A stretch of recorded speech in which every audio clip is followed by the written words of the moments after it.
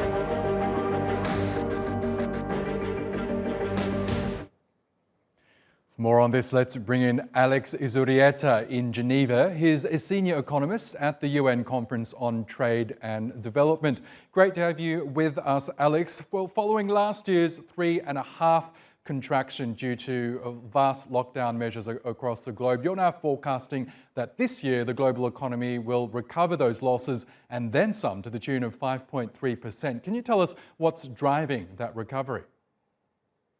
Well, indeed, this year and picking up the momentum of the last quarters of last year, the world economy is going into what we call a technical rebound. If the economies were locked down before, and then it is obvious that there will be some positive growth as the lockdowns are lifted.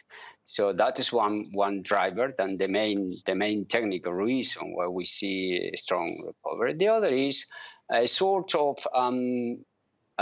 let's call it so far policy measures that have been behind supporting economic growth and particularly supporting temporary income sources of growth for consumption and investment and trade to pick up.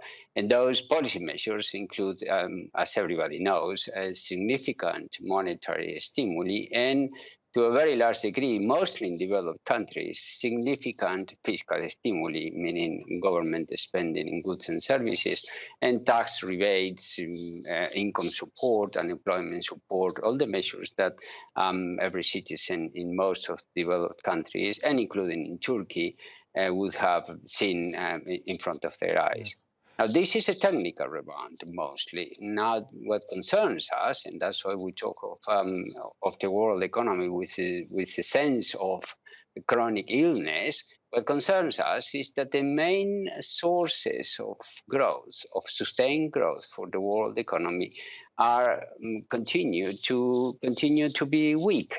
And those include sources that generate employment and generate income on a sustainable basis. Alternatively to growth by credit booms, for example. Okay, but your figures do show quite a divergent recovery where poorer nations will lose around $12 trillion through 2025. Can you tell us why developing economies are being hardest hit and what needs to be done in order to support them? Yeah, well, the 12 trillion figure is a figure constructed by putting down two estimates for the midterm, right? So one is an estimate of how we think the world economy is going to do. And it is generated using the United Nations Global Policy Model. And the other estimate is how the economies would have grown if there wasn't any COVID shock of the nature that it was, and if the world economy would have continued to grow at the average pace of, say, between 2017 and 2019. So these 3 years average project a kind of trend growth, as we call it. It's a simple statistical growth. And the other is how we see the economies are going to perform in reality.